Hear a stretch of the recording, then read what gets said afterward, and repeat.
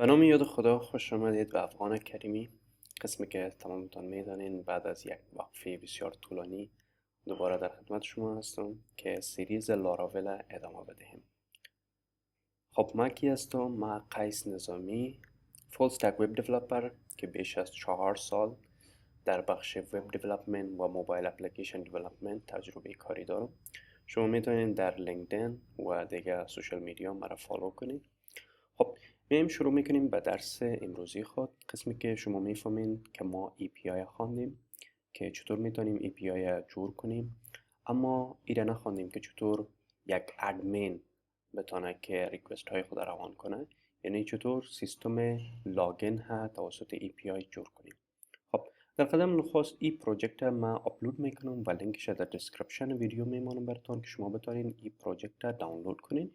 بعد از اینکه پروژکت دانلود کردین شما در VS کدتان این پروژکت باز میکنین و در قسمت .env فایل میرین و اینجا دیتابیستان ست اپ میکنین که اگر من بیایم در قسمت براوزر من و لوکال هاست پیچ پی مای ادمین باز کنم و این قسمت میایم داشته میکنیم بلاگ پست که من اینجا already یک دیتابیس قبلا جور کردیم. میایم من تیبل ها رو تمامش پاک میکنم که PHP Artisan Migrate Reset تمام تیبل های رو پاک میکنه که فقط یک مایگریشن میمانه.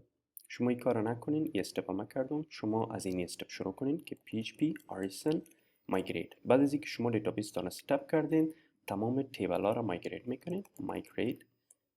بعد از اینکه تمام تیبل ها مایگریت شد، تمام تیبل ها آمد، بعد از اون شما نوشته میکنین که PHP Artisan و بعد از اون DB seed که تمام دیتایی که ما ضرورت داریم به خاطر از اینکه پروژکت ما رو رن کنیم اونا هم در خود دیتابیس بیاید که من بر شما مثلا نشون میدم. میبینید در قسمت یوزر چندانی یوزر کرییت شده و در قسمت رولز هم رول اساین شده و اینجا در قسمت پرمیشنز هم پرمیشن اساین نشده، اما در قسمت پرمیشنز که بیایم اینجا پرمیشن ها کرییت شده. بعد از اون شما چی میکنین که پروژکتتان رو رن میکنین که چطور رن میشه؟ PHP Artisan و بعد از اون serve. وقتی که انتر کلیک کردین ما قبلا پروژکت ما رن کردیم، شما میتونین که رن کنین پروژکتتون. بعد از پروژکتتون شما میتونین در این URL باز کنین. یک چیز دیگه هم که باید متوجه باشین که باید PHP ورژن شما 8.0.2 باشه. چطور میتونین بفهمین که PHP ورژنتون چند است؟ شما فقط نوشته میکنین که PHP بعد از ورژن قسمت بر شما نشان میده که currently PHP ورژن شما چند هسته. خب اینجا که از PHP ورژن کامپیوتر ما که هست ای است، اما PHP ورژن که ما در مپ استفاده میکنیم اگر من بر شما در مپ نشان بدم PHP ورژن ما این رقم میشه. شما میتونید که از PHP ورژن زمپ خدا چک کنین که PHP ورژن زمپتون چند است، اونجا نوشته میباشه که بتونین این پروژکت بدون کدام مشکل رن کنید. خب حالا پروژکت ما رن شد و میایم در قسمت ادمین و این قسمت در قسمت یوزرز میایم و یک ایمیل کپی میگیریم و میایم اینجا ایمیل ما رو پیست میکنیم و پاسوردش از تمامش پاسورد میباشه پاسوردش. خب حالا این قسمت ادمین هست که ما قبلا جور کردیم. میایم در قسمت رولز و اینجا به می ادمین ما رولا رو اساین میکنم که تمام چیزهای ما ویزیبل شود. سیو. حالا تمام یعنی قسمت آمد که ما میتونیم پست اضافه کنیم. درست است؟ از این قسمت ما میتونیم که پست اضافه کنیم. خب در درس گذشته ما خواندیم که چطور توسط API ما اینمی دیتایی که پست مثلا کرییت میکنیم چطور اینمی دیتا را بگیریم، اما ای که چطور یک دیتا را ما قسمت کرییت هم خواندیم که چطور ما میتونیم یک دیتا را توسط API کرییت کنیم که اگر بر شما در کد نشان بدم در قسمت اگر بیایم در اپ در HTTP controllers API در قسمت post controller اینجا ما تمام کنترلر ها و ریسورس های خود به خاطر گرفتن دیتای پست، کرییت کردنش، نشان دادنش، اپدیت کردن و دیلیت کردن یک پست توسط API خواندیم. خب حالا سوال اینجا هست که در سیستم ما تنها ادمین میتونه که پست ها رو کرییت کنه، دیگه یوزر ها میتونه بخونه، اما کرییت کردن، اپدیت کردن و دیلیت کردن تنها ادمین میتونه. اما از طریق API که ما خواندیم هیچ نوع راهی نبود که یعنی ایره به یک نحو مانع شویم که تنها یوزر که ادمین هست بتونه کمی پست ما را کرییت کنه. خب امروز میایم اینو کارو میکنیم. امروز میایم چی رو میخوانیم؟ Laravel Sanctum. Laravel Sanctum چی هسته؟ Laravel Sanctum یکی از پکیج هایی است در لاراول که میتونه بر شما سیستم آت جور کنه و یا هم سیستم اتورایزیشن جور کنه که در API استفاده میشه. در لاراول ورژن 9 ای Laravel Sanctum خودش اتومات آمده. ما اپروچ های دیگه هم داریم مثل GWT Laravel Passport، اونا رو هم میتونیم استفاده کنیم، اما در لاراول ورژن 9 Laravel Sanctum خودش آمده هست و یعنی بسیار به سادگی ما میتونیم این استفاده کنیم. اگر شما لاراول ورژن پایینتر استفاده میکنین که Laravel Sanctum در خود نداره، شما چطور میتونید این انستال کنین؟ شما به داکومنتیشن لاراول کامدین، در بخش انستالیشن کلیک میکنین، اول اینی کامنت کپی میکنین و در ترمینالتان پیست میکنین و انتر میکنین. بعد از او که این پکیج انستال شد، بعد از او شما چی میکنین که میایین این کامنت رن میکنین و بعد از او PHP RSN مایگریت میکنین که مایگریت میکنن اینی تیبل در دیتابیس اضافه میکنه که Personal Access Tokens هست که قبلا این نمی باشه، اما در لاراول ورژن 9 ای اتوماتیکلی هست. شما که مایگریشن رن میکنین اتوماتیکلی در دیتابیس تون اضافه میشه. خب دیگه گفته در قسمت اپ HTTP kernel برین. در قسمت اپ میایم HTTP kernel و در این قسمت گفته که در قسمت اگر بیایم در میدلویر گروپ و در قسمت API گفته اینی لاین اضافه کنین که تیاری جا already هست، شما فقط ایره آن کامنت میکنین و ایره سیو میکنین. وقتی که ایره آن کامنت کردیم چی شد که خود Laravel Sanctum در سیستم ما انستال شد.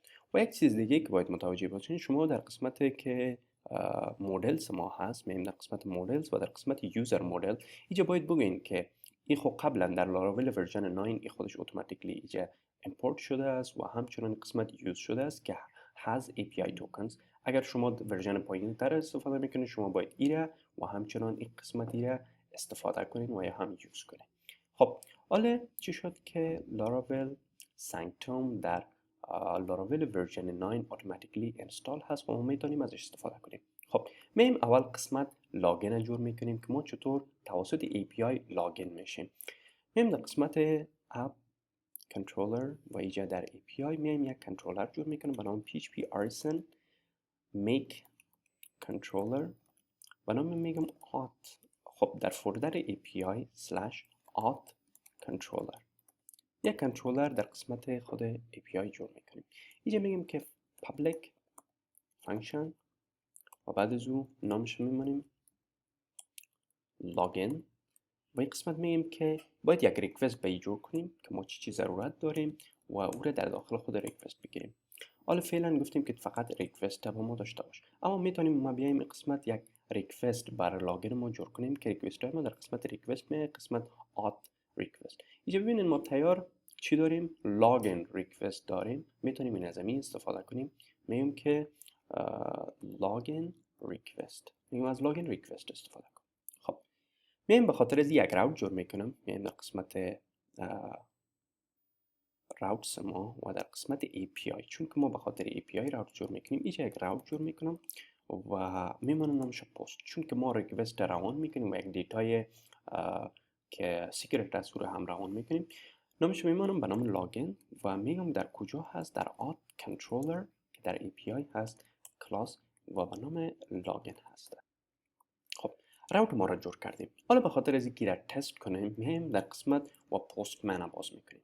در قسمت پستمن که آمدیم میتونیم اینجا یک کلکشن جور کنیم که روز بعدی بر شما کم درباره پستمن هم میگم که چطور کلکشن جور میشه.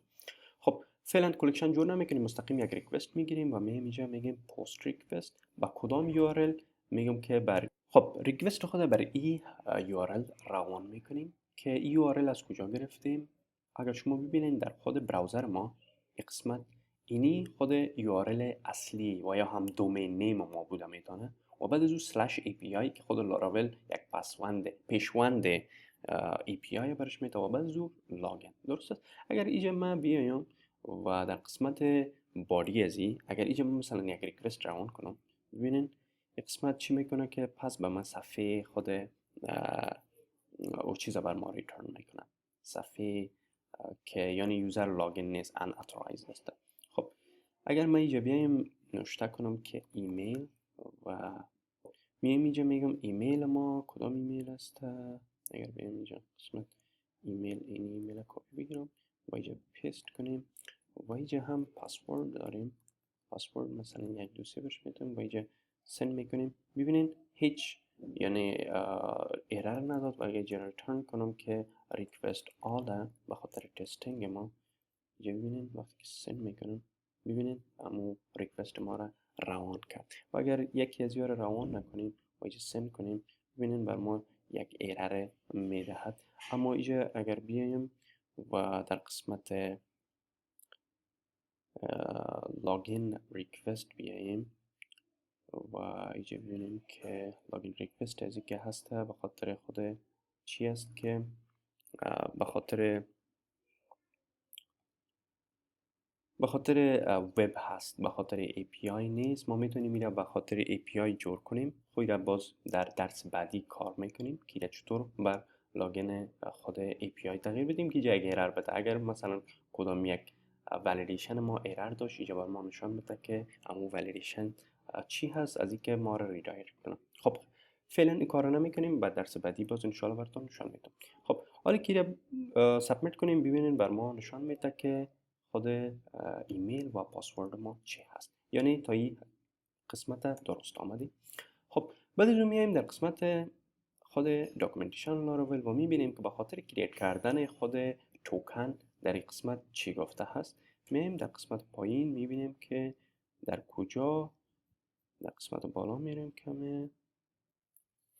خب میایم در قسمت issue API tokens و میبینیم که لاگین چگونه جور شده. گفته که اگر اوت پوست جور کنیم و بعد از قسمت ولیدیشن که ما کار کردیم و بعد از قسمت گفته که خود یوزر رو پیدا کنیم و ولیدیشنش چک کنیم. میایم این قسمت کپی میگیریم و میایم در کد ما و اینجا پیست، کد اینجا پیست میکنیم. در قدم اول گفته که اینجا یوزر که ایمیلش بینی ایمیل است، یعنی ایمیل که از ریکوست میگیره. در قسمت گفته که یوزر undefined است، باید دیر امپورت کنیم در بالا. این قسمت اگر شما پکیج اکستنشن های خود بی اس کور انستال کردین شما میتونید که اتوماتیکلی یوزر که نوشته کنین و کلیک کنین اینجا خودش اتوماتیکلی چی میکنه، امپورت میکنه یوزر. و بعد گفته اگر یوزر نبود، اگر این یوزر که ایمیلش بود نبود و دیگه اینجا گفته هش هم امپورت میکنیم در بالا. گفته هش چک کوکی، نمی پاسورد که یوزر امپورت کرده همراه پاسورد خود یوزر که در دیتابیس از یک چیز هست یا نیست. اگر این نبود اینجا گفته یک validation exception return که برش validation exception میایم validation exception هم امپورت میکنیم. validation exception این قسمت میایم validation exception هم امپورت میکنیم و بعد از او چی میشه که یوزر ریترن میشه. شما میتونید به جای از یک چیز دیگه هم ریترن کنین. میتونید که این رقم validation exception ریترن نکنین. مثلا میتونید خودتان یک مسیج ریترن کنین. مثلا ریترن که میتونم بگیم که your email or password is incorrect. درست است. میتونیم شما این رقم مسیج هم ریترن کنیم. اینجا گفته ریکوست دیوایس نیم. ما با دیوایس نیم ضرورت نداریم چون که ما از طریق موبایل اپلیکیشن مثلا لاگین نمیشیم. اینجا میگیم که ام یوزر نیمشه استفاده کن. این یوزر که لاگین است این میره یوزر نیمشه چی که استفاده کن. و اینجا گفته که یوزر create token بعد از با این یوزر یک چیز کو و این از plan text token ذخیره کن. خب میتونیم اینجا اینو میره ریترن کنیم. میایم در قسمت انالی لاگین از طریق پستمن و اینجا پاسورد ما رو درست میزنیم که چی است، پاسورد است و اینجا چی میکنم که سابمیت میکنیم. ببینین این یک توکن بر ما اینجا ریترن کرد. این توکن با استفاده از این توکن من چی میتونم که لاگین شوم و یا هم میتونم توسط از این توکن خود تمام ریکوست های مرا به بکند روان کنم و بکند و یا هم لاراول ای را بفهمه که ای ادمین یعنی یوزر ادمین است، یک یوزر عادی نیست. میتونیم توسط از این توکن استفاده کنیم. و جز از این ما میتونیم که یوزر همینجا ریترن کنیم. اگر ما بیایم اینجا دیتا بگیرم و این را مساوی کنم به این رقم و اینجا بگیم که یوزر یوزر و اینجا بگیم که نیو یوزر باشه و دیگه اینجا میگیم که توکن، که توکن ما کدام توکن هسته، اینی توکن اینجا میتیم برش و در آخر ریترن میکنم اینمی دیتا را. درست. اگر آل بازی را سابمیت کنیم ببینین یوزر هم تمام معلوماتش هست و در آخر هم توکن هم اینجا هسته که با استفاده از این توکن ما میتونیم که یوزر یعنی آل یوزر چی شد لاگین شد. توسط از این توکن دیگه ما میتونیم که ریکوست های خود روان کنیم که خود توسطش کرییت، اپدیت، دیلیت و رید دیتا را انجام بدیم. درس امروزی ما به اینجا به پایان میرسه که ما چی کردیم، یک توکن جنریت کردیم و با درس بعدی راجستریشن و همچنان لاگ اوت در توسط API میخوانیم.